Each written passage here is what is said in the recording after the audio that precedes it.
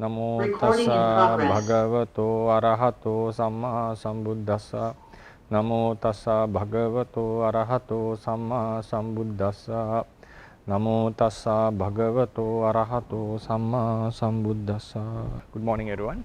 Today we are going to discuss the last topic related to the ultimacy. It means related to the ultimate realities. After this, we are left with only Panyati and Dhamma Dhammatha, and then one method called Ekattanaya and Nanattanaya. So that will conclude our lectures regarding the ultimacy. So today we are going to talk about space according to the Theravada tradition, and also about the time, how it has been defined. So before we enter into the topic, if you remember, we already discussed what is the ultimacy, Paramattas, and there were a group in between. The Paramatta also divided into two, as conditioned and unconditioned, and then something other than the Paramatta were called the Panyatis, the concepts, and then in between we found some other natures which were Anipanna Rupas, some attributes of certain matter. Then we found Tilakkana, the three characteristics, universal characteristics, certain conditional forces, Ekaccha Pacce Sati. And then we also discussed about the Gati last week. There is a state which determines certain attributes of the living beings who are born in certain realms. Then today we are going to talk about space, which is not that much discussed in the Theravada tradition, but which has been mentioned in some other Buddhist sects. And then we have time, which is a conceptual idea according to the Theravadians, but then we have to understand why they consider it as something conceptual. So these are the this will be the discussion today. So before we go into the topic, I would like to draw the diagram again to make it clearer where we are. So we start with Paramattas, and we have condition Sankata, Paramatta, then Asankata.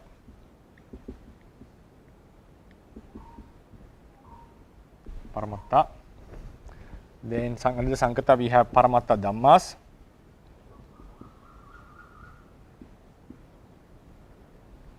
Then we have Uppadino Dhamma. Paramatta Dhammas were the realities which arise together with some other realities. It was divided into Nama and Rupa. Right. The Uppadino Dhamma are the realities, resultant mentalities and materiality that is supposed to happen after the karma has gained the opportunity. Then we have Paramatta Jatika.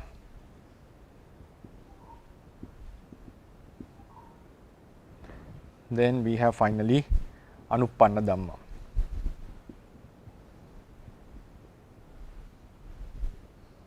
Right, Anuppanna Dhamma.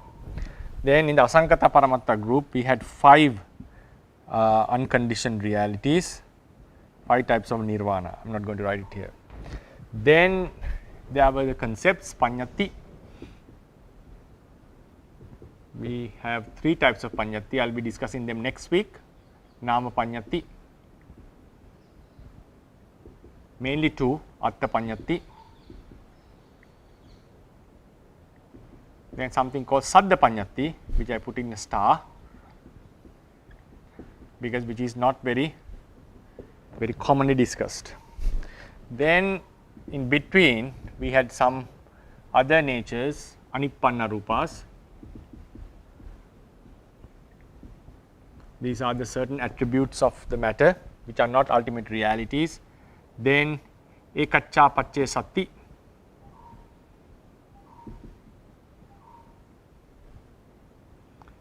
Certain conditional forces, Sati is Shakti, certain conditional forces. Then we have Tilakkana. Tilakkana are the 3 universal characteristics. Then we have Gati and so forth, as we discussed last time. Then today we have Ajatakasa, the space, infinite space. And then we have something called Kala, the time, which is a concept. So, but I will be discussing it here. It's Atta Panyati actually. We are going to discuss Asakasa and Kala today. So, this is our topic. Then other than that, in the chart we have Dhamma and Dhammata. Dhamma and Dhammata. Dhammata, another word for Dhammata is Niyama. Then we have 5 types of Niyama, which we will discuss in the topic after Panyati. Then finally, I will be talking about another topic called Ekattanaya and Nanattanaya.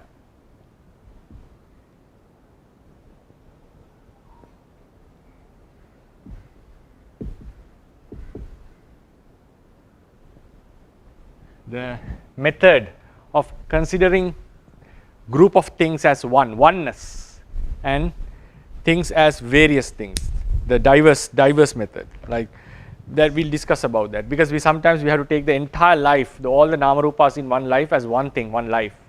At the same time, separate realities that occur in one life are separate natures, they are not the same. So likewise, we have a method called Nanattanaya and Ekattanaya, which is utterly necessary to understand the Paramatta in Theravada tradition. Today we are discussing about the Ajatakasa, the space, and also later we will discuss something about the time, which is a very profound topic in the scientific world, and there was a great breakthrough made by Albert Einstein. As we all know, he gave the idea of space and time, which were considered as separate entities, separate fundamentals in the scientific world. He combined them and called something called space-time, because they are something together, some kind of a dimension or something like that, which he combined as and advocated the idea of space-time. So then, but traditionally in the Eastern philosophy, especially in the Theravada tradition, we take space as something that exists, but time is a conceptual thing. So it is not something that really exists in the reality. It is not a fundamental. It is something that is created by mind, a synthetic object of the mind looking into the generation of ultimate realities. So we will come into that point in later, the end part of our lecture. So what is the space? Space means the area where the realities exist. Space is the area or the place, the location where the realities exist. If there was no such a space, the empty space, realities cannot exist. There is no possibility that the realities could exist without the space. So is space something that really exists? So if it exists, why it is not considered as ultimate reality? So these things that we have to understand. Because according to Theravada tradition, reality, the Paramatta Dhamma, is something related to arising. Asankata Paramattas does not arise. So therefore, space has no beginning according to Theravada literature. It has an infinite beginning. Like it had never began, unlike the Big Bang theory. So then, but the Big Bang theory has its own evidences, own arguments, like the red shift and all these how the functions are, and also some photos taken from the lights that were in the prehistorical universe. They have some of their grounds to stand upon. The main idea came by the Edwin Hubble's through his telescope, that they found that all the planets and the spatial objects are moving away from each other. So it came to the idea that they came to the idea that if they are moving always away from each other, millions of years ago, billions of years ago, they were close to each other, and then they found that they all should come into one location, and the entire universe emerged from this tiny spot and the emergence, which is called the Big Bang. And also there was information which suddenly inflamed the universe in a split of a second. So therefore we have this present universe. That is how the scientifically they would explain. And they also have some problems in solving it completely, like the question of horizon, and some other, how the distribution of atoms within atom and energy within the entire space, observable universe. So there are some things that, and also the idea regarding entropy, the second law of thermodynamics. So these are the things that have not been solved in terms of Big Bang, but it is a theory that has good solid grounds in terms of scientific research. So, but we are not going to compare it. We are just going to say how the Buddha or the Theravada tradition has explained or have believed or advocates about the space and time. Space, according to Theravadians, has no beginning. It was there forever, and it is not something that can happen. It is the empty area where the things could locate. If there was no space, there is no location of the realities to happen. So it's not a reality, it's not an ultimate Paramattha Dhamma, because Paramattha Dhammas are always related with arising together with some other realities. Space is not something that arises. So then can't we call it Asankata Paramattha? That's another good question. Asankata Paramattha doesn't have a beginning. It also has been there forever. But the thing is, according to Theravadians, the definition of Asankata Paramattha is the absence or the liberation from the suffering that is going to come. The liberation from the suffering that is about to happen. So space doesn't have that attribute. It is not a liberation. It is just the empty space where things are located. So therefore, it is not the Asankata Paramattha. It doesn't fit the definition of Asankata according to Theravadians. Asankata is, it has no beginning, but the realities that are considered in Theravada has another extra definition, that is the liberation from the suffering that is going to happen. So therefore, in terms of considering the beginning, we can call the space as Asankata, but in terms of the entire definition of Asankata according to Theravadians, it cannot come into this group because it's not a liberation. The next thing is, especially then someone can ask the question, isn't it the last two nirvanas? Just we'll leave these two for the time being. Is it the last two nirvanas? The last two means the great nirvana, the empty. Sometimes Buddha has mentioned it as an emptiness. The thing is, when we see the nirvana, when we observe the nirvana, it is able to support us in eradicating the defilements. Because seeing the nirvana, observing the nirvana, Magga Chitta becomes capable of eradicating the defilements. So eventually eradicating the suffering that is going to happen. But just observing the space, no such phenomena is going to happen. One is not going to get liberated from suffering. One is not going to eradicate the defilements just by observing the empty space. So empty space doesn't have that glory, doesn't have that strength, doesn't have that attribute which supports the mind to eradicate the defilements. So therefore, it is not identical with the nirvana. Nirvana has some other great capacities, great attributes. The space is just the emptiness where the realities could locate. But when we only consider about the arising, it doesn't have a reason arising and it doesn't have an end. So therefore, space can be termed as Asankata. There are some Theravadian teachers not listing them as Asankata, but have mentioned space is a Asankata thing. It doesn't have a beginning, so it is unconditioned. There are places where some well-learned Theravadians have mentioned this, but it is not found within the Theravada doctrine. I have not found yet. Then, but there was some other Buddhist sects that considered about 6 types of Asankata, not these 5. Parinirvana, the complete cessation of the suffering, and also the cessation of defilements, and one is the space. Space is considered as unconditioned in some Buddhist sects. So therefore, how do we know the existence of space according to the tradition? It is known through the pressure. The same amount of elements kept in a certain space gives a certain pressure to its surface. But if we reduce this space, if we make it smaller, what happens? The pressure increases.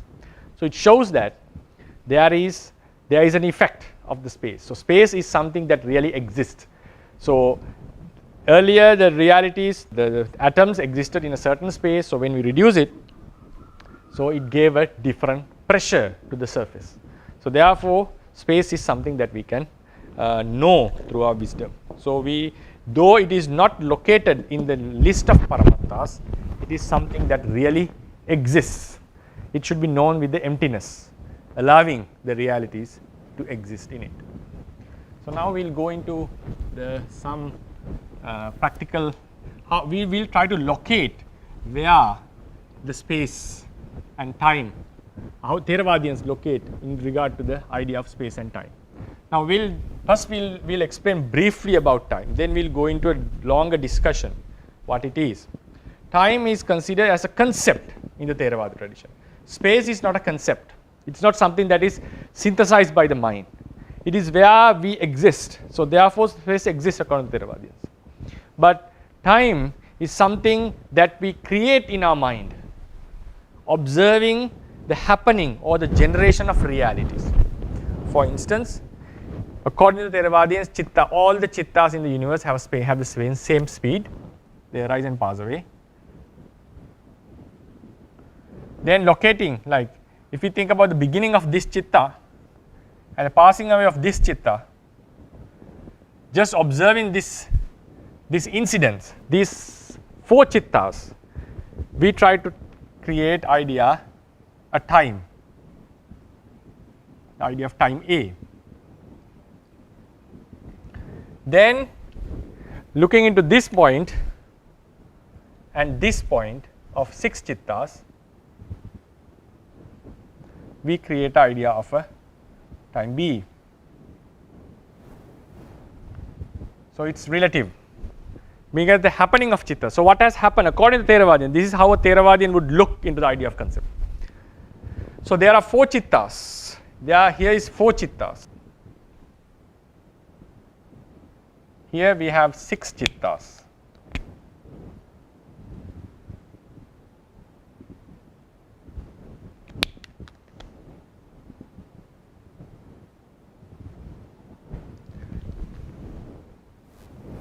Four chittas and 6 chittas. So what really happens is the chittas, incidences, actions. We also define that this chitta, the time for the arising and the time for the passing away is equal in all chittas.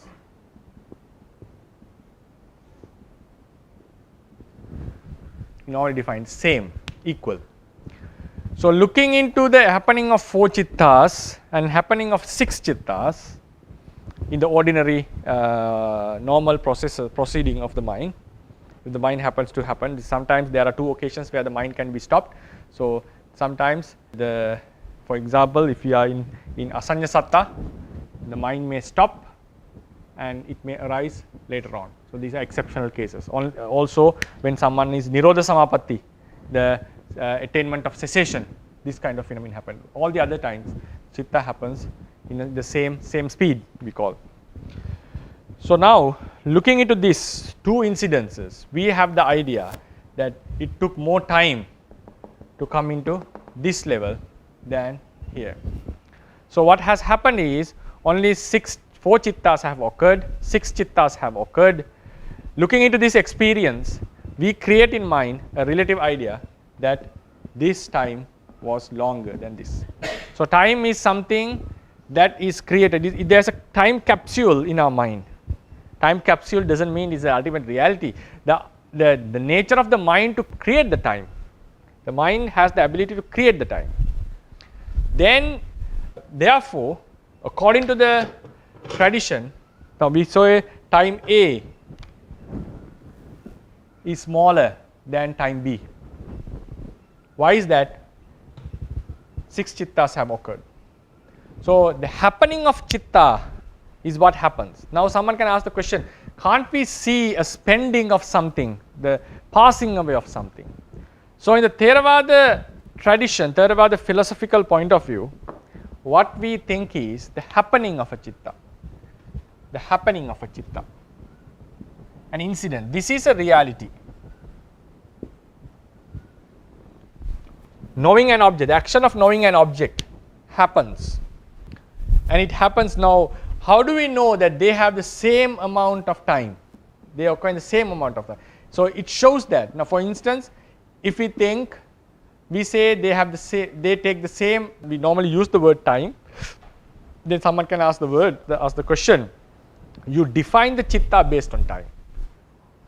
We say the arising time and the passing away time are equal. Every chitta has the same speed. They happen and occur and pass away at the same time, in the same sequence, same speed. So the time that happens to every chitta is equal.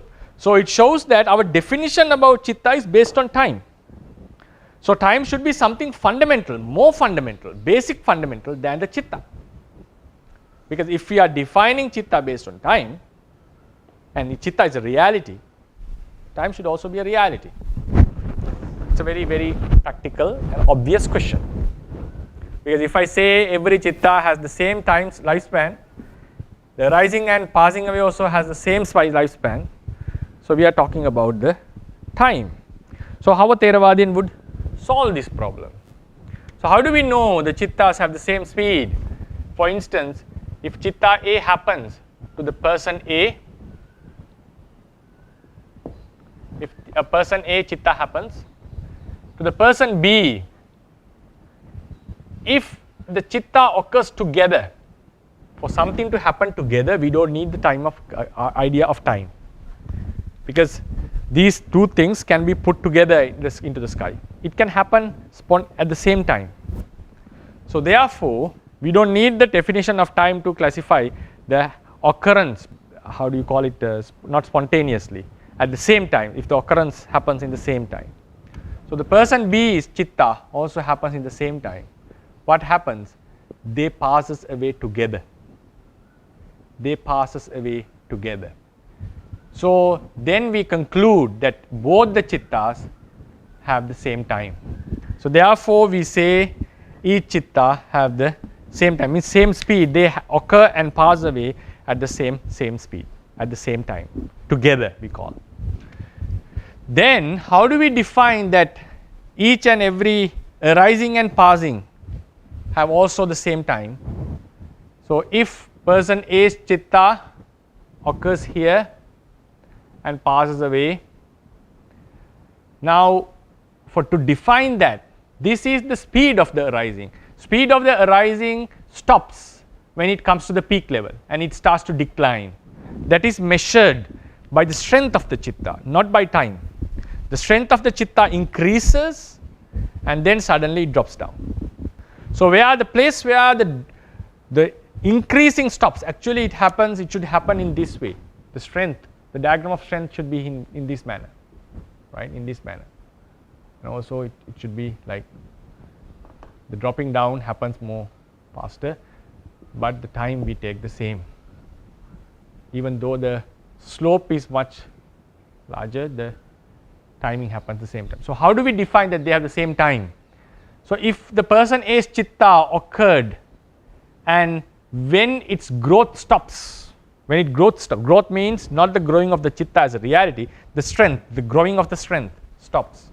Think, as soon as it stops, person B's chitta starts to occur.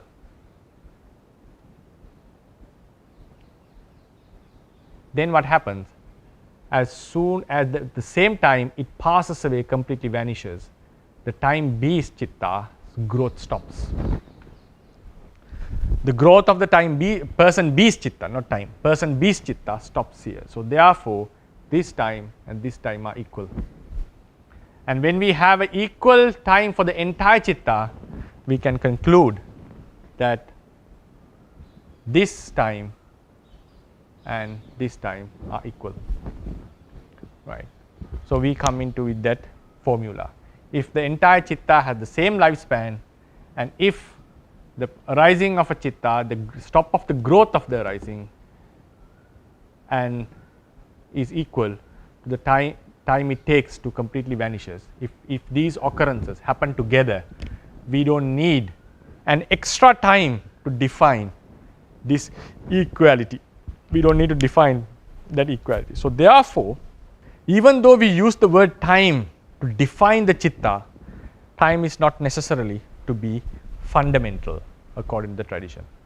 So then one can ask a question, what is this time? Like, how long it happens? How long this incident happens? For that, we go into the idea of realities. There are certain actions that occur.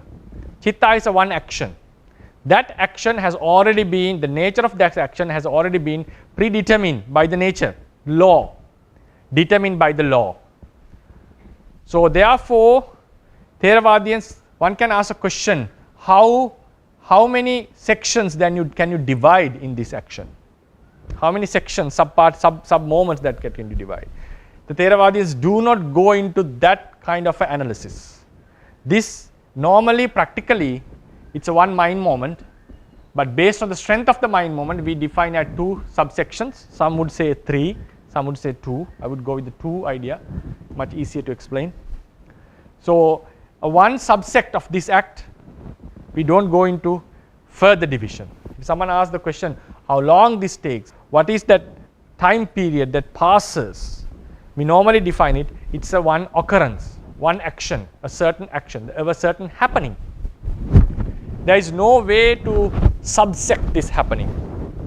So therefore, now someone can ask the question, what is the moment of now in each and every moment? How deep can we go into that, penetrate into that moment? Theravadians do not go into advocate such idea, but if we go into and find out that idea, maybe this theory may break down, may fall down. But anyway, Theravadians stop here and say this is just certain happenings of the happenings of a certain action, that is called the happening of a chitta. Both the simultaneously both the actions happen, they arise and pass away simultaneously, and then the first half and the second half of this act also have a same, they happen together. If something happens, if a second chitta arises at the halfway of the first chitta, the halfway of the second chitta would be accomplished at the passing away of the first chitta. So therefore, we come into the idea that these chittas have the same lifespan, the same amount of lifespan. So therefore, the Theravadians do not need the fundamental idea of time to define the chitta. So what is fundamental are the happenings of chittas and chetasikas and rupas. If we try to subsect this, divide this happening, then we can think about something else, like go into the idea of then it become unrealistic. What is the actual moment of nowness? Someone can think about it, but practically even this moment is not perceivable at the practical life. What happens is a chitta occurs, so we get to know about the present moment, we get to know about a certain object. So therefore, according to Theravadians, looking into the process of realities, the idea of time is something that is created in mind. It's not something realistic according to them. So this is how we define the time, and now we come into the to see where the Theravadians are located in the idea of space and time in the philosophical world. So there were some philosophers who thought there is no space, there is no reality called space. So they consider space as not existing, and even time as not existing. There were some philosophers in the Western world, they consider space is something relative, it's not something that really exists. Then some considered space as existing but not the time. They start to argue time is something, it's looking into 2 different locations of the life. We take the idea of time, but otherwise you cannot feel the passing away of time. Then based on that, sometimes we can have another idea, but I'm not sure if there was any person who had this idea, didn't believe in time but believed in, didn't accept the space but accept the time, and then we have space and both time, the idea of space and time, and finally we have the idea of space time. That is where the modern science is talking about after the relative theory, that theory of relativity. Now Theravadians, according to Theravadians accept the idea of space, but they do not consider time as a reality fundamental. They consider time as a conceptual thing. So the Theravadians are here. Is accepting the time but not accepting the space, sorry, I beg your pardon, but not the time. Then I would also like to talk about the idea of time, how we can look into this, the idea of time, some deeper insights about this idea of time. Time related to the nowness. This moment. So, what is the exact present? It is this moment. So, you cannot stop it, it suddenly passes away. It is very difficult to define. Even 1 second cannot be called now, because we can have milliseconds, we can have milliseconds, so we can microseconds, we can go further, and there is an infinite way of dividing if we talk about time related to nowness. Then another explanation that we can have is time related to decaying.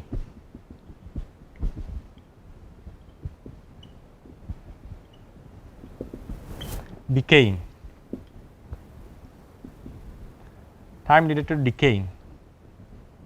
What do I mean here? There are two ways to look into this.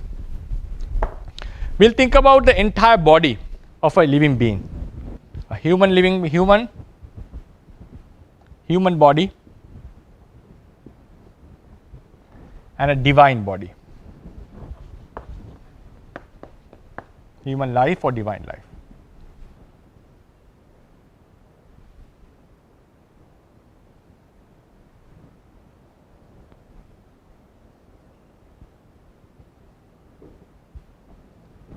Even the humans and divine beings are born together simultaneously. We know that according to the literature, humans would pass away die within 100 years, for example.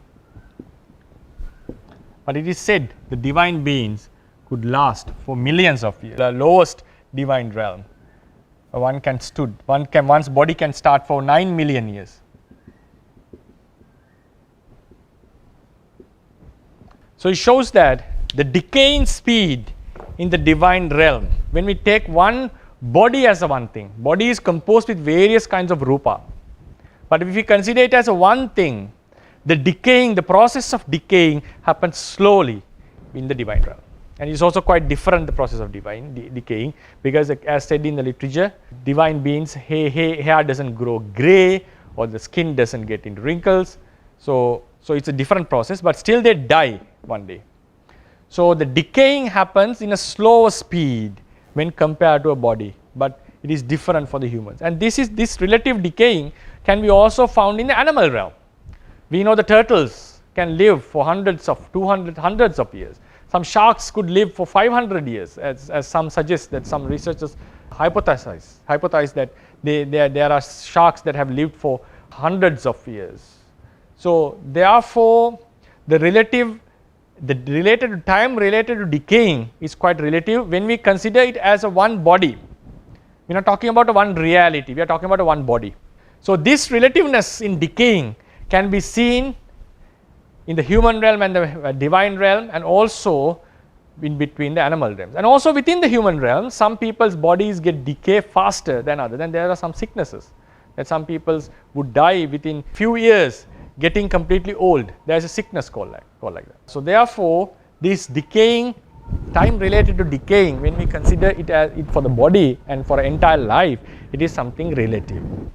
Then we come into the idea of time related to the decaying of a reality. That was the group of reality. Now we take about the time related to the reality, a chitta of a person A. Chitta arises and passes away. Then person B, we think about the divine realm, for example, right? Chitta B. This is human, this is deity. So according to Theravadians, what they are saying, the chitta, the speed of the chitta, the decaying of the chitta is equal. It happens in the same sequence, not sequence, how do you call it, in the same speed, with the same speed. So if two chittas happen together, they would pass away together. And also we discussed that how these halves are equal in terms of time. So in terms of related decaying of the realities, Theravadians advocate that they have the same speed of decaying. Now we know, according to general relativity, it has been proven, something that has been proven, that the time dilates. I think it's general relativity, if I was correct, not the special relativity and general relativity. If my memory was correct, according to general relativity, there is a time dilation. When the objects move closer to the speed of the light, the time in which it is in dilates. And there has been, and also when someone is into a more higher gravitational field, close to in a higher gravitational field, the time passes away slowly than a person who is in a less stronger gravitational field. And that has been mostly proven with lots of evidence experiments, and also the GPS that we use in our phones are also accurately given to us based on this calculation, that the time dilation. So therefore it is something that has been, and also some subatomic particles, the decaying speed of subatomic particles completely changes when it travels to a speed close to the light. For example, like if it travels 60% of the light of the speed of the light, it may last longer. So therefore, according to the experiments that are scientifically done, they suggest that the decaying speed of this matter has greatly changed based on the speed in which it is in. So the time dilation. So it shows that the decaying speed has stopped. Now think about the related to the nowness. Now when we take about the chitta, rupa, matter, there is nothing called time related to nowness, because the matter doesn't have the cognition, the cognizing ability. It is anaramana, it doesn't take an object. So therefore the decaying of matter, in terms of matter, we can only find the time related to its lifespan. But think about the chitta. Chitta is not just a mere reality like mind, like matter, but it has the cognition. It knows a certain object. So there is something called knowing in a chitta. It's not only, we are not talking about the lifespan of the chitta, and also about the knowing, the experience that we have. So now therefore when we talk about the chitta, it's related to the nowness.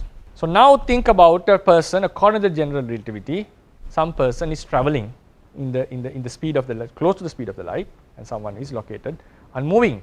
So according to that, his body may decay slowly, and he after he returns 50 years, when the person, the stationed person spent 50 years, the person who travels close to the speed of the light would return to that place. He would be less aged, like maybe 30 years, while the person whose body was stationed has grown for 50 years. So looking into this, only the body aspect, we can think the decaying of the rupa has happened slowly, like it happens to the subatomic particles. Then the question that comes is, what was the experience of this second person who traveled? Did he have the similar time of experience like the first person? For instance, now in the divine realm, a divine being could live for 9 million years, while a human lives for 100 years. So what does this mean? Now think, if the human, in the human realm for 100 years, he gets 1 million consciousness, 1 million chittas. So how about in the divine realm? During these 9 million years, does he get only 1 million chittas like a human? Or he gets 1 million chittas within the first 100 years, similar to the man, and then each 100 years he get 1 million chittas. So we count, when it comes to 9 million, so it will become like 9 lakhs into 1 million. How to say, 9 lakhs of 1 million chittas, 90,000. So if we think the human for 100 years get 1 million chitta. So if the speed of the chitta is same in both the realms, the deity also gets 1 million for 100 years, 1 million chittas, because the speed of the chitta is same. then for million years,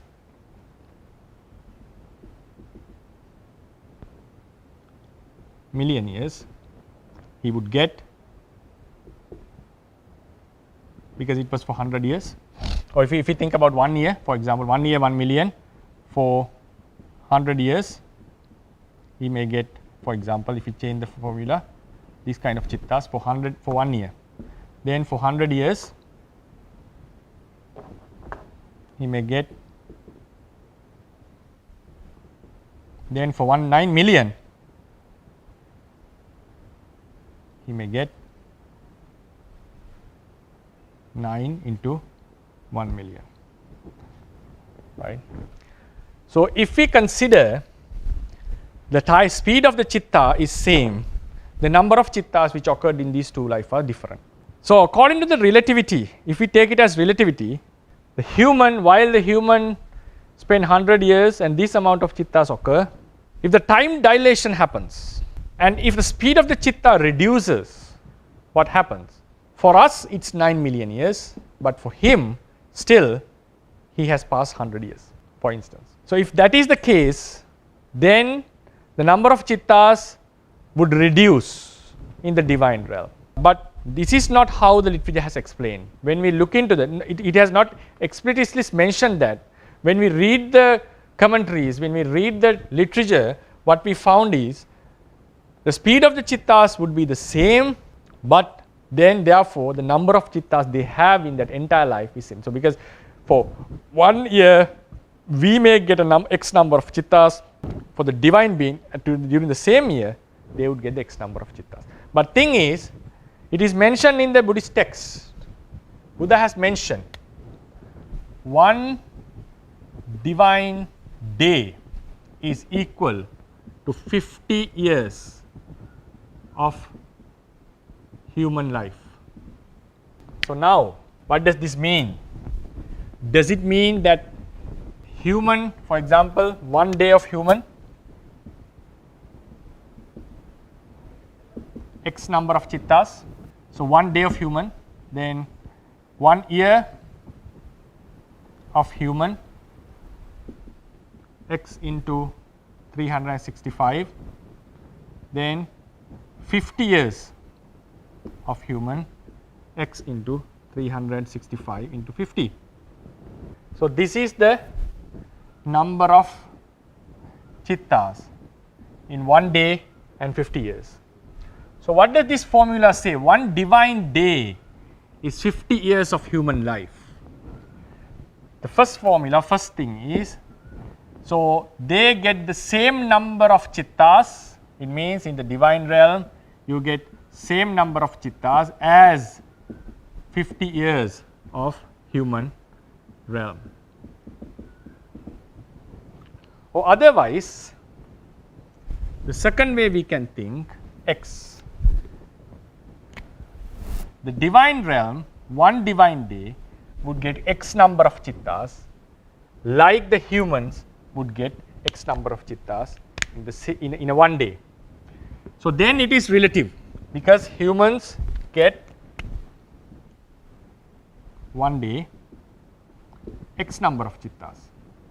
Is it what the Buddha has mentioned? Then a question, if this is so, the speed of chitta is slower of divine beings.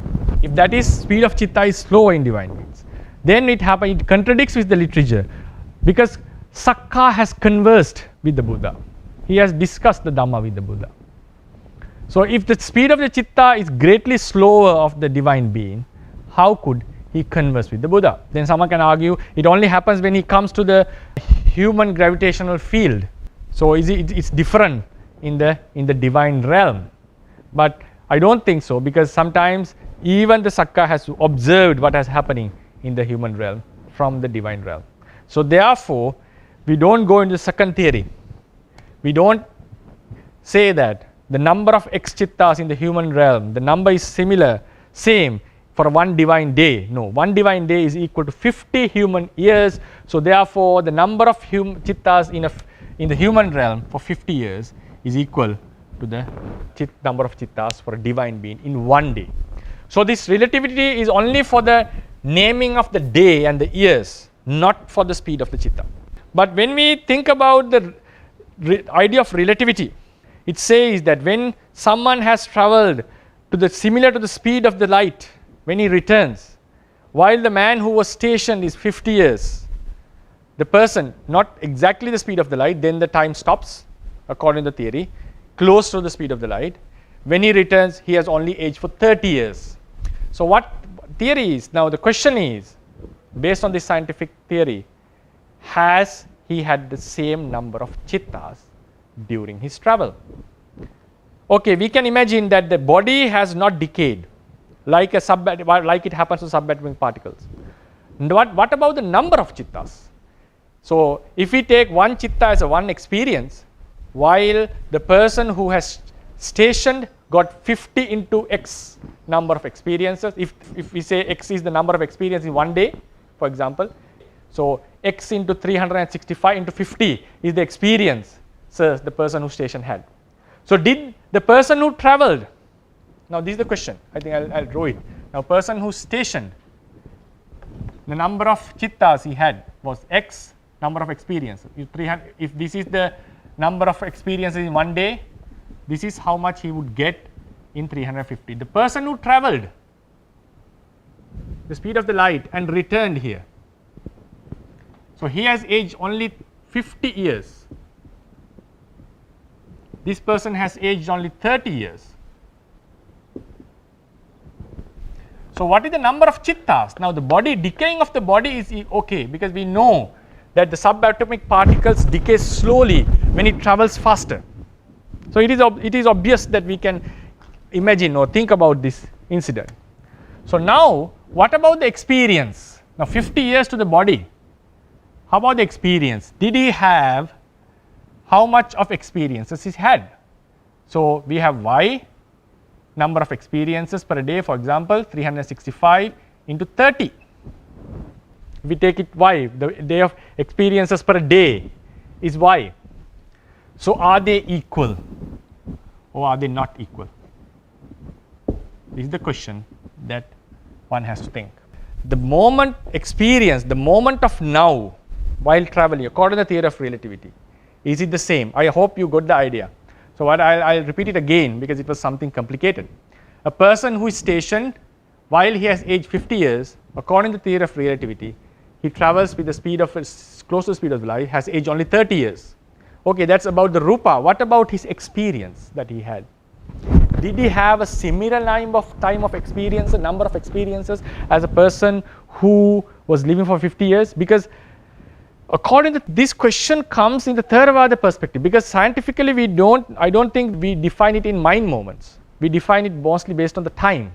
So this question doesn't come much in the idea, in the scientific idea. But when we put this into the mind moment theory, we know that there are number of consciousness per day, x, and this number of consciousness has occurred with this person. So did the person who traveled had the similar number of experiences, or that number also reduced due to his travel? If it has reduced, the speed of the chitta has to reduce. If it has not, only this time dilation is applied to the decaying of the body, not to onto the rupa, not to the mind. It's a question that I'm unable to answer. I'm just giving a question about how to look into the reality of the theory of general relativity based on the mind moment theory. One more thing is we talked about time dilation and we talked about the time travel.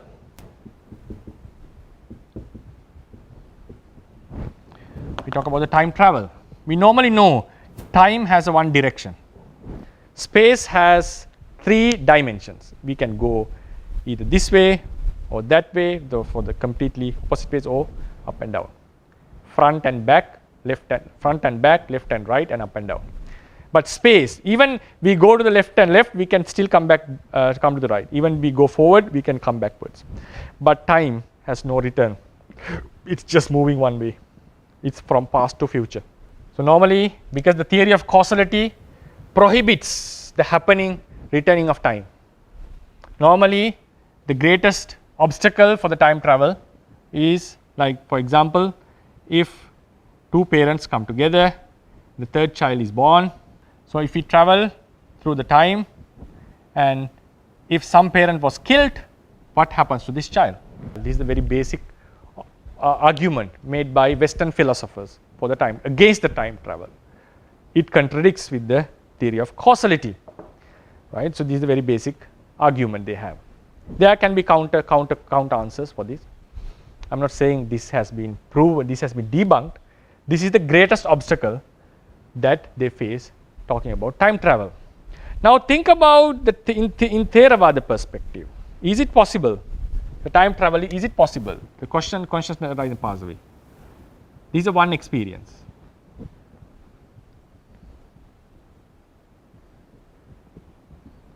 Separate experiences. Now imagine the time travel is possible. How do we travel to the past? This is the normal sequence if time travel is possible. Now think about these four chittas, A, B, C, D.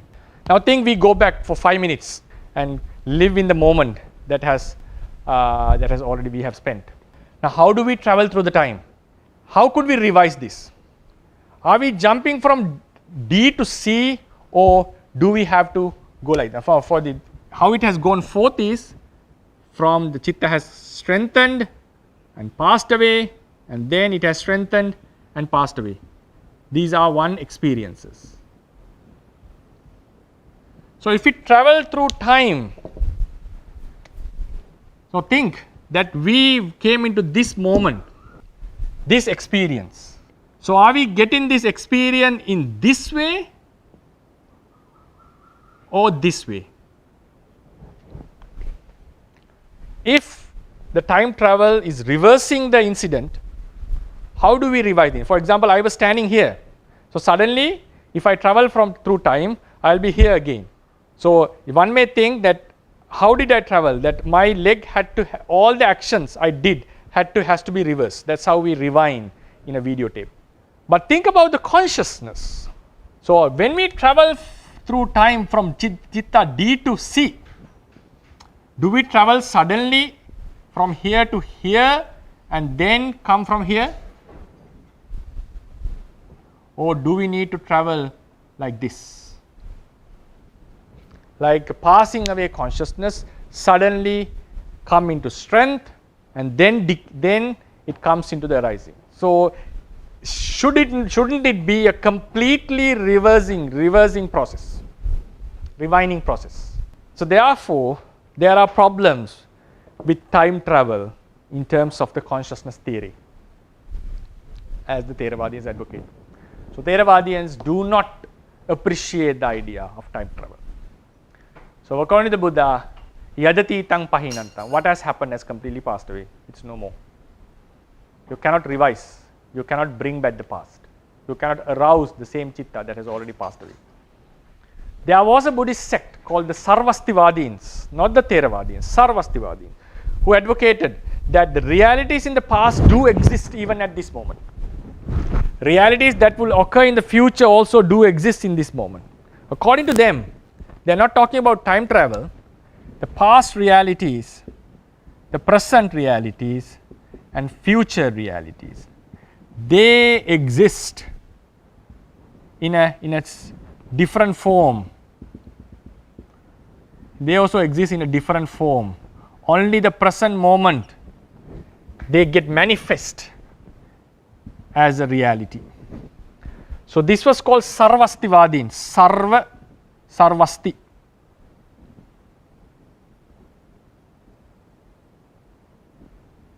Vadin. That what does it mean? Sarvasti.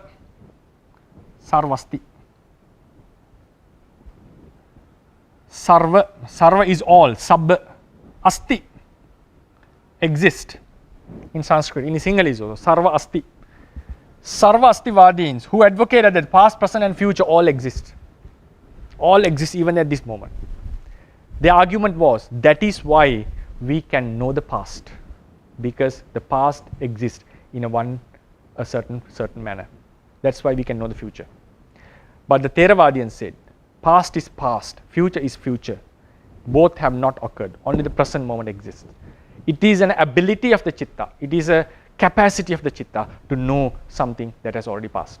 It is capacity of the chitta to know something that is going to happen. Other than that, the chitta, past and present, doesn't exist. So therefore, these are the points that I would like to share. We discussed about the space.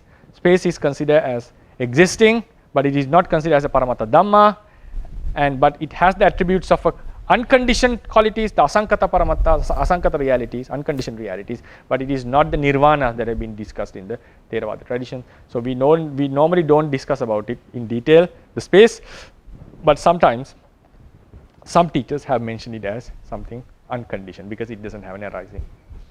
Then regarding the time is something that is synthesized in the mind based on the looking into the generation of realities, and normally we bring the idea of time as a fundamental to define the consciousness, but when we look into the literature deeper, we find that time is not a fundamental. Theravadians can define the chitta without the idea of fundamental time.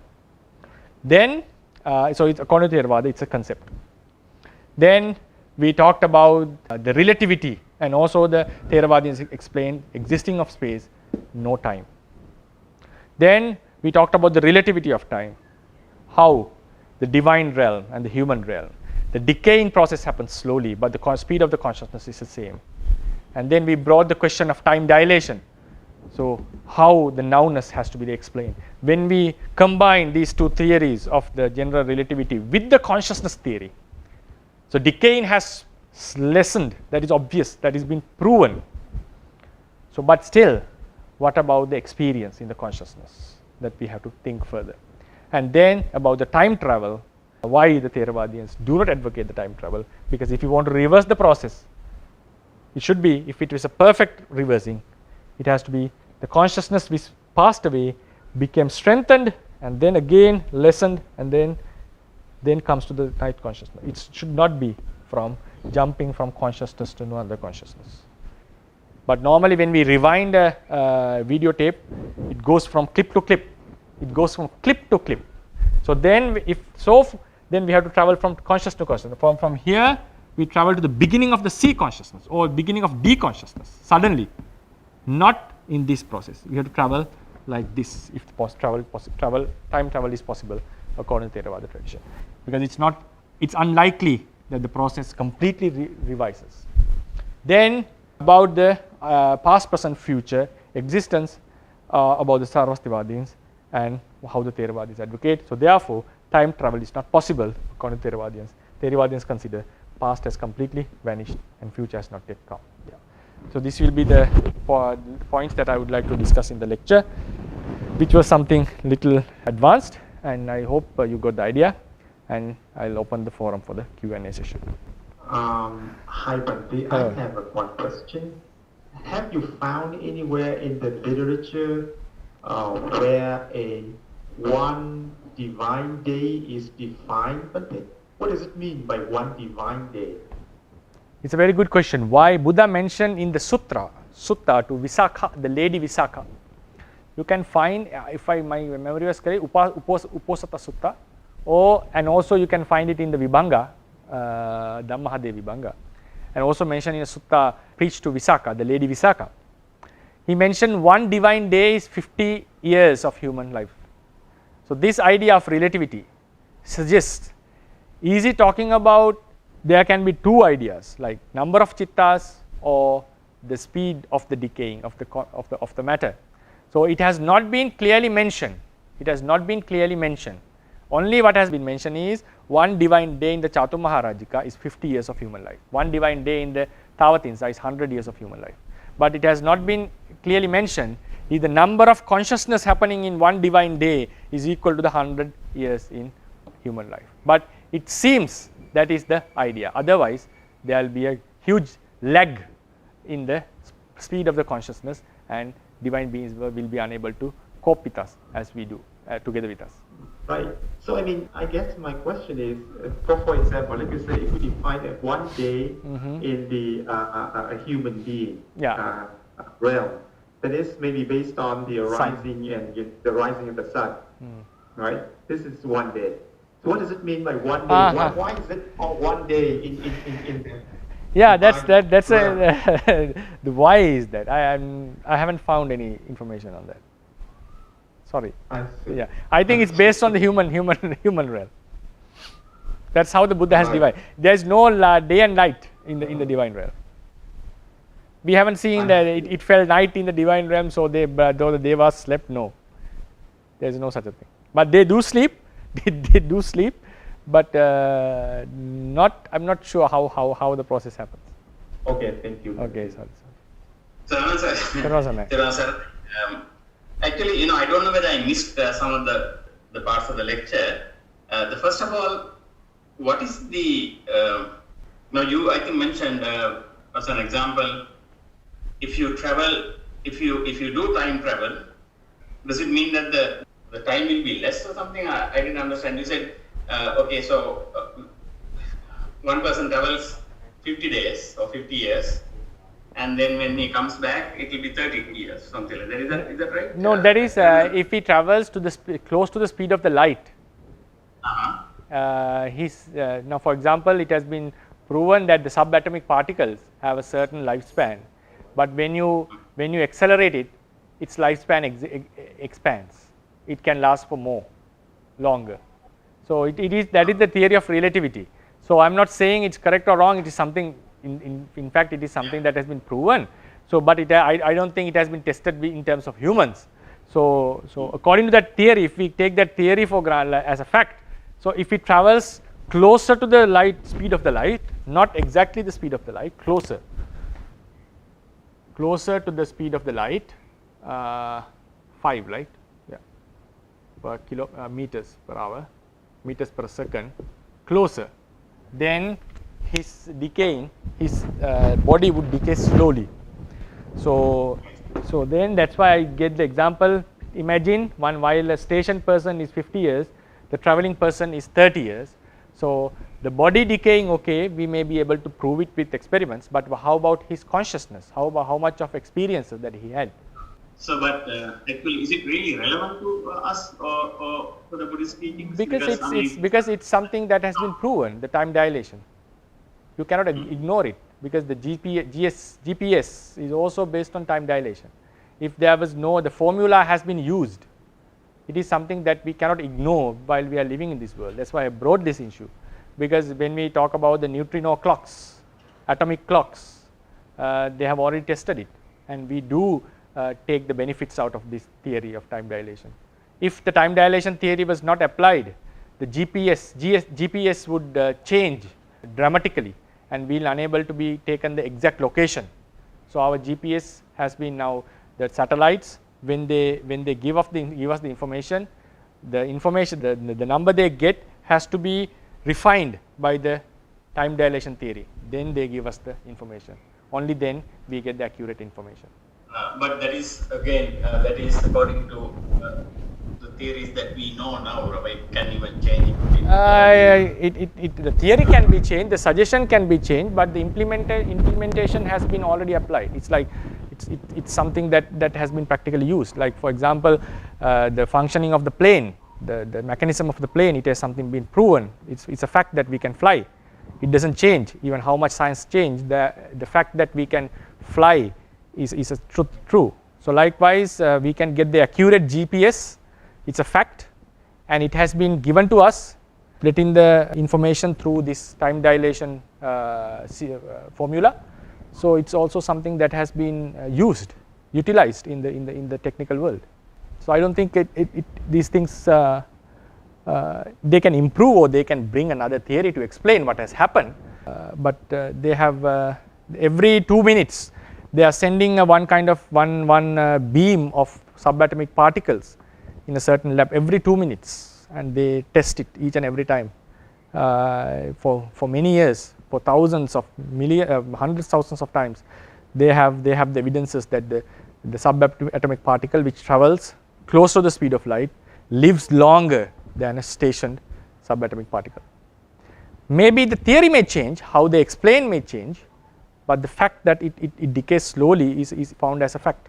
And also, the second question I had, I think that's like the time frame of a mind, the mind moment. How do we know actually the two people have the same time frame? I mean, how do you know that? Yeah, practically we won't be able to say it, but what I said was, if a Theravadian would try to explain it, that is how he would bring up the theory. It won't be practically, he won't be able to practically do it. Only thing is that theoretically we can bring an argument to say that we don't need the time, fundamental of time, to define the consciousness. It's not practically, I'm not talking, theoretically we can bring an argument to show that we don't need. There is a way to prove, because the question that comes is, when we say consciousness, each consciousness have the same lifespan, and the rising moment and the passing away moment also has the same lifespan. So then one can ask the question easily, you define the consciousness based on time, so time should be fundamental than consciousness. To answer that question only, I brought this theoretical idea. Otherwise, as you said, I don't think it is practically can be proven. Only a person like Buddha or someone would be able to, we imagine, would be able to say something. And also, on the other hand, actually, it doesn't mean that we have to experience everything. No. Yeah, I didn't mean that. It was just a theoretical thing for the sake of argument. For the sake of argument. Yeah. Thank you. Okay, sadhu. There was something. So the question is, how does learning cosmology help one become a better Buddhist? How does one, okay, that is relative, I've called. That is relative.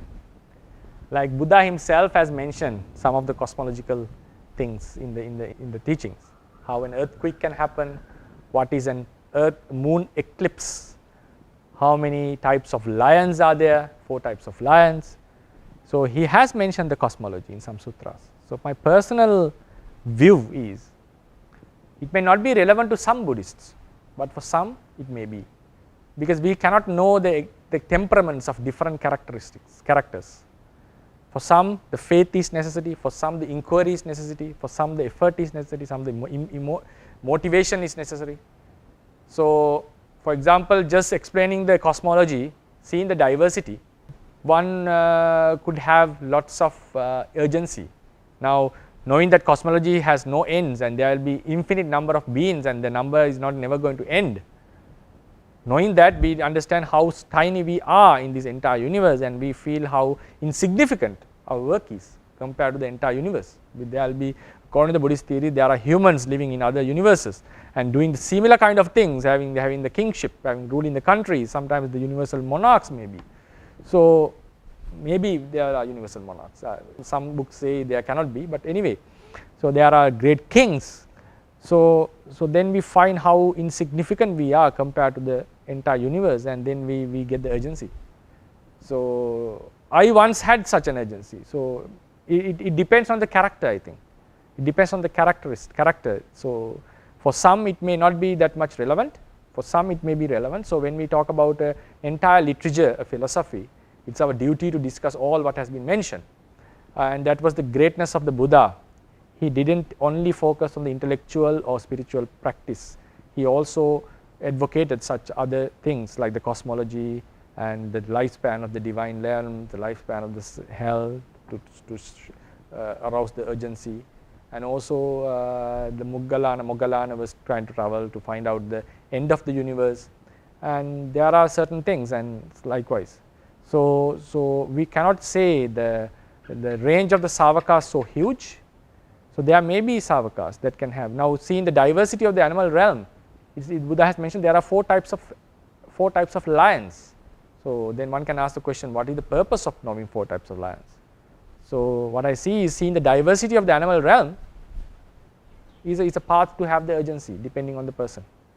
So it's very difficult for us to judge how this teaching would affect each and every listener, especially when it comes to a audience like the Buddhist audience. And the Buddha was preaching not only to the humans but also the divine beings and also to the Brahmas. So maybe he had the, personally I think his teachings are relevant to the liberation in one way or another, and it also greatly depends on the temperament of the person who is listening. Okay, thank you, Bhante. Sadhu, sadhu, sadhu. Please go ahead, Sayale Uttama. Yes, Sally. Thank you so much for this very deep lecture. Thank you for introducing the way of viewing time and space in the Nama point of view and Rupa point of view, which is very new. I have a question regarding time. You know, there are many meanings of time also in English expression. For example, when we say something like, it is the right time to do something, it is not the right time to do something. So I guess there should be another point of view regarding some other definition of time, not just the long time, short time. I agree, long time, short time is a kind of a concept we relate with our mind. So my question is, like, in your first chart of Paramata and Sanyati and the one in between, where should we put the Pacchaya Sati in the first chart, the Paramata, Sankata, Asankata, some Lakana and Sanyati, that thing? Where is it? And why do you put because that related to my question about time also. And where do you put the Dhamma and Dhammata in that chart? That is my first question. So Dhammata cannot be put into that chart actually. Dhammata has to be something apart from that. It's completely something that governs the entire ultimacy. So Dhammata is a huge thing, huge topic. It's the Dhammata, when I say Dhammata, is the causality. Another word for Dhammata is the law. Causality is also part of that, Causality is a part of that, is the law. So it's a huge thing. It encompasses everything. Everything means all the theory of ultimacy is within it. Then when you say the Paccayasattis, some of the Paccayasattis that exist apart from the reality were located in between Ekacca Paccayasatti. The other Paccayasattis embodied in the reality itself. So rather than mentioning that it as a different section, we would say each and every Paramattha Dhamma has a characteristic, has a function and has an ability. So that ability is the Paccayasatti. So rather than putting it into another section, we would explain Paramattha Dhammas have characteristics, that is their body, that is their identity, the characteristic and the reality is the same. Then they have functions and they have certain abilities, the capacities. So that's how I would explain the Paccayasattis. But what happened, Ekacca Paccayasatti means some Paccayasattis. They do exist apart from the reality. So like Anantara, Asevana and Pakatupanisaya. Then Kamma Paccayasatti is a special thing. So that's why it was put as in the Paramattha Jatika group. Because Kamma Satti is, the Vipaka is considered as the Kamma Satti, ripening, according to the literature. So it has some kind of a different attribute than the Anantara, Samanantara and Pakatupanisaya. So that's why I put it in a different place. So that is it. And then regarding the Kala, as you asked the question, sometimes there is a word called Kana. Kala is normally the time, the morning time, the evening time. That's how we have defined it. Another close word is Kana.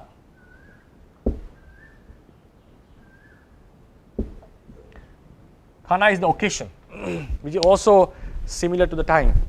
So regarding this Kana, they have 8 Kana, Dutta Kana. So which are the times that are not relevant, not supportive for the attainment. Dutta Kana, 8.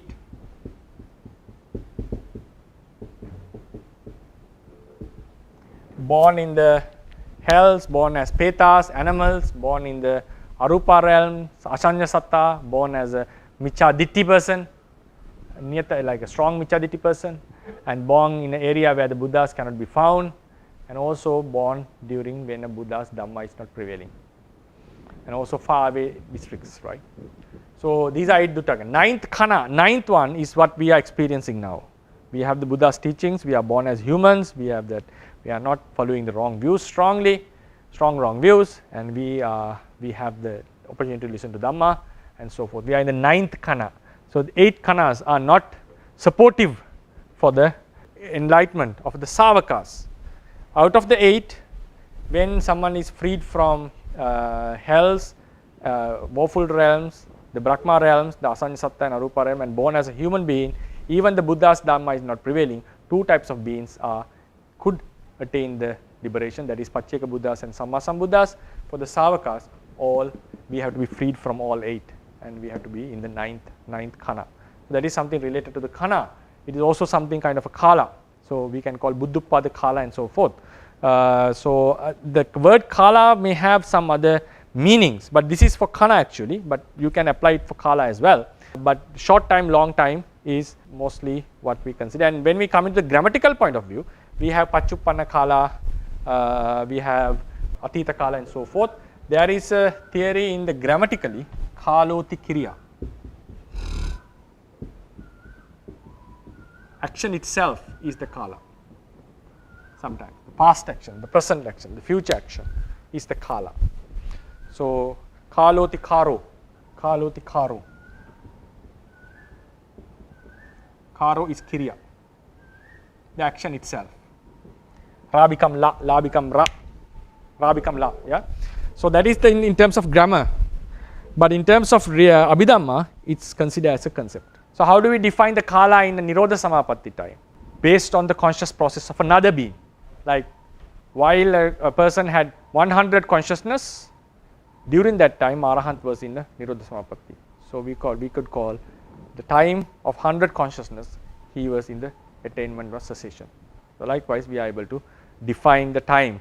Always we define the time based on the consciousness. Yeah. In that, yeah, please. and for the Karo, can we say that also define a 1 day time for the divine being also, like based on how much activity they are supposed to accomplish during one? Then we are coming, activity is based on the consciousness, right? Number of consciousness per day or something. Do you mean like that? We can say, yeah. Well, the number of consciousness and activities can be different. Okay. Because Sawanga also would be counted. Right. So it's just a pondering. Okay. So, my other question, can I say another question? yeah, sure, please. Yeah, so the other one is about the Ladokasa Karma. So, Okasa, that one, the Karma gain the opportunity. So how can we define that gaining opportunity, and how does it relate it to this Kala thing? This Kala thing. Yeah, thank you. Because I was thinking like Ladokasa Karma can have some relationship to Kala. This is karma. Karma gets the opportunity.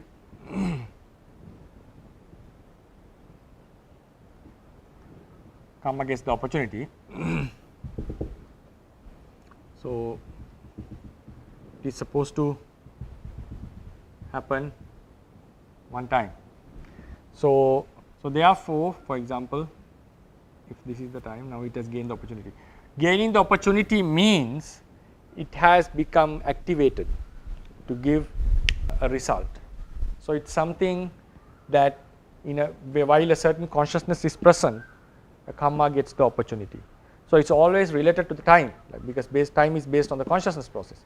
So therefore, while this consciousness was present, this karma got the opportunity, and it may give results. It has not given the results yet, but it has come into the surface over the other karmas.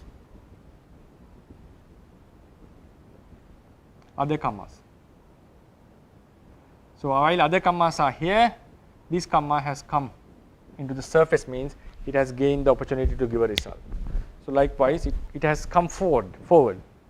So when a karma has gained the opportunity, it may not immediately, it may give result in some occasions, immediately, quickly, very quickly, within even few consciousness. Sometimes it have gained the opportunity, but it may give the result in many days or many years sometimes.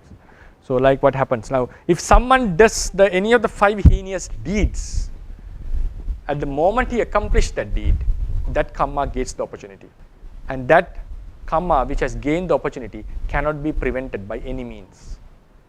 That is why we say If you do a heinous deed, it's sure, you are sure to be in the hell. It's not because it's going to come, get the opportunity close to death. 5 heinous deeds, the karmas would get the opportunity immediately as it is been done. And it cannot be prevented by whatever means. So therefore, gaining the opportunity and the resultant moment are 2 different occasions. The moment the karma is done, the karma gaining the opportunity, most of the cases it happens later, but with the heinous deeds, it happens as soon as the karma has been done. As soon as the karma, the consciousness which passes away, this chetana, the heinous deeds, when it's done, it has gained the opportunity already over the other karmas. So this cannot be prevented by any means, but its result would happen later on. So some karmas, as soon as the karma was done, gain the opportunity. In most of the cases, after some time, it gets the opportunity and gives it. So the karmas that gain the opportunity can be prevented. Some can be prevented, some cannot be prevented. 5 heinous deeds cannot be prevented by whatever means. Only if he has done another strong heinous deed, it may get the opportunity over this. That's the only way, that you have to do a more stronger heinous deed to get not preventing this, to get something else. And this will be very supportive to this karma. It will strengthen the vipaka. Then, other than the heinous deeds, sometimes there are certain akusalas and kusalas that would get the opportunity. Among them, some are unpreventable. That's why Buddha mentioned, na antalikke na samudda majje na pabbatanang vivaram pavissa na vijjati so jagati padeso yattattito munchayya papakama. So I don't see any place in the entire world, the sea, the sky, or in the mountains, where one can be freed from the results of the karma. That is talking about the karmas that have gained the opportunity and unpreventable. Like what happened in the story of King Duttagamini or King or the father of Venerable Sona. They were about to be born in the hells, and the akusala karmas gained the opportunity, but they could be prevented by some other means. So even the karmas that gained the opportunity, there are something that cannot be prevented. What happened to Moggallana? The karma gained the opportunity close to his death. Even his psychic powers could not prevent it. For the 4th time he tried to fly, 4th time his iddhi, the psychic powers, the one commentary says his psychic powers were subdued, became inactive, like a bird whose wings have been cut off. That was the simile given. So likewise, some karmas can be prevented. Always gaining the opportunity and the resulting moment happens different times. So even at this moment, we have the karmas which have gained the opportunity. Thank you, Bhante. Sadhu. And there is one more question from the audience. Okay. So, this one is a little bit long. So, okay, it's okay. If there are 4 types of lions, so did the Buddha mention the types of human genders, as in female, male, transgender, and bi-spirited? And then this person said that one sutta seemed to mention a monk who spent too much time with nuns. So perhaps he was a transgender and saw himself as female. So did the Buddha acknowledge that or not, and why? I need the 4th type. What was that? Transgender, and the last one is? It's bi, Bhante. Bi means Ubbato Banjana? What is it? I mean both. Yes. Both sex, right? So according to the literature, it's another important question. We discussed this topic in detail when we come to the Bhava Rupa, the topic of Bhava Rupa. So we have male, I'll write the Pali words, Purisa, Itti, then we have Napunsaka, Ubato Byanjanaka, right? And then we have another one called Pandaka.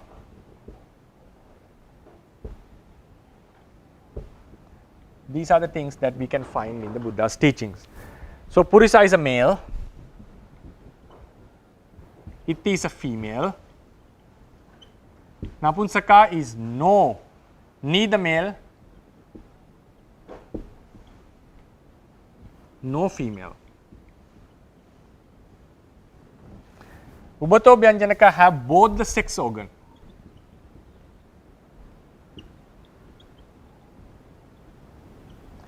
But the thing is, even though he or she has both the sex organs, they are defined as male and female.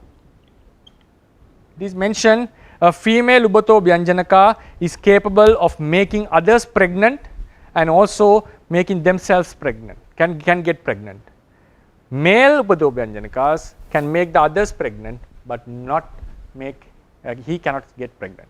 So that is how it has been mentioned. So therefore, even though they have possessed both organs, they are still defined as Purisa and Iti.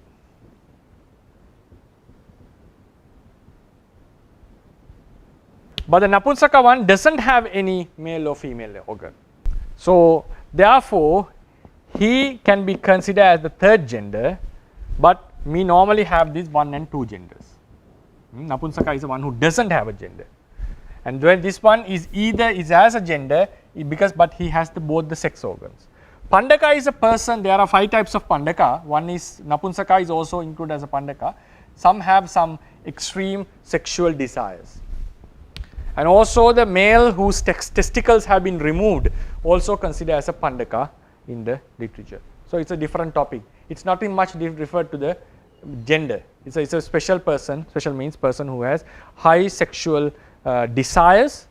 Some are very difficult to control, and then of whom the testicles, the male whose testicles has been removed. And there are some words calling about Iti Pandaka, the female Pandakas as well. But so there is not a separate gender. They are not a separate gender.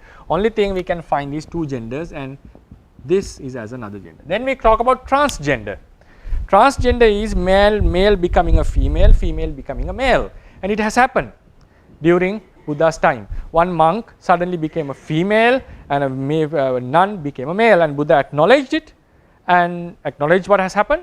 Acknowledge means he had accepted it, and he said the male monk who became a female should go to the female nunnery and start to live there, and he should not be discriminated by any means, and she should not be discriminated, and she gets the rules. She has to follow the rules of the nuns, and her vasas, her experience, the life seniority in the monkhood will not be reduced. She can keep her seniority. And the female bhikkhuni who became a male was was asked to go to the male section and live with the monks, and he did not need to reduce his seniority, but he had to follow all the rules from that day onwards that are supposed to be followed, that were laid down for the monks. Surely it has happened with the elapsing of time slowly, but the monk informed it into the nuns in one night. Maybe that was the night that he got convinced that he has already become a female, or the female got convinced that she has become already a male. Surely it has to happen with a long process, but the commentary says it has happened overnight, but I don't think it is a logical thing to happen, because it's a transformation of the entire body. So normally we know there's a transgender, so in between that is a transgender, but still, as long as he or she is not considered as a male or a female, the final transformation happens. It's very difficult to say how a monk or a nun knows that his gender has completely changed. So after he or she is convinced that she or she is a male or a female, that is the time he has to express it to the monks and the nuns, and then she has to go into the different groups. So it's Buddha has accepted that, and Buddha has given the rule that if transgender happens, how should we react on that? How should we react on that? Work based on that. So that is what we find in the literature. So the transgender is a thing that is accepted, and it can happen, and there are protocols that how do we need to follow. There is no discrimination in it. All the seniority, but whatever the faults the male has done before becoming a female, if those faults are also common to the bhikkhuni's rules, if they are common faults, she has to purify them. If he has done some offenses which are not common to the bhikkhunis, she does not need to purify them, because after becoming a female, even she turns back again to a male, she does not need to remedy them. And same thing happens to the bhikkhuni changing into a monk, male. The new he, if he has transgressed rules that are common to both bhikkhu and bhikkhunis, he has to purify them. If he has done, being a she has done rules that are only for the bhikkhunis, not for the monks, the new he doesn't need to purify them. Even his gender again changes into a female, she does not need to purify those rules that were already abandoned, that are only common to the bhikkhunis. Then onwards, she has to follow the bhikkhunis rules as they have been mentioned. So there is no discrimination at all in the Buddha's teachings for this transgender. Transgender moment, that the period has not been addressed. It is not recognized as a separate gender within the Buddhist teachings. Still, a male in the process of becoming a female considered as a male. A female in the process of becoming a male is considered as a female. So only when he or she is convinced that she or he has changed into that, especially with the sex organ, then they would be considered as new males or females. So there is one, I don't know whether or not it's a comment or question because it's written in Sinhalese. Okay. Okay. So then we conclude the class. Thank you for joining and wish you all the best. And may this merit of discussing Dhamma help us to attain our liberation. And may with this merit, may the sasana prolong for a longer period. Buddha sasanang chirantiktatu. Buddha sasanang chirantiktatu. Buddha sasanang chirantiktatu. Sadhu, sadhu, sadhu.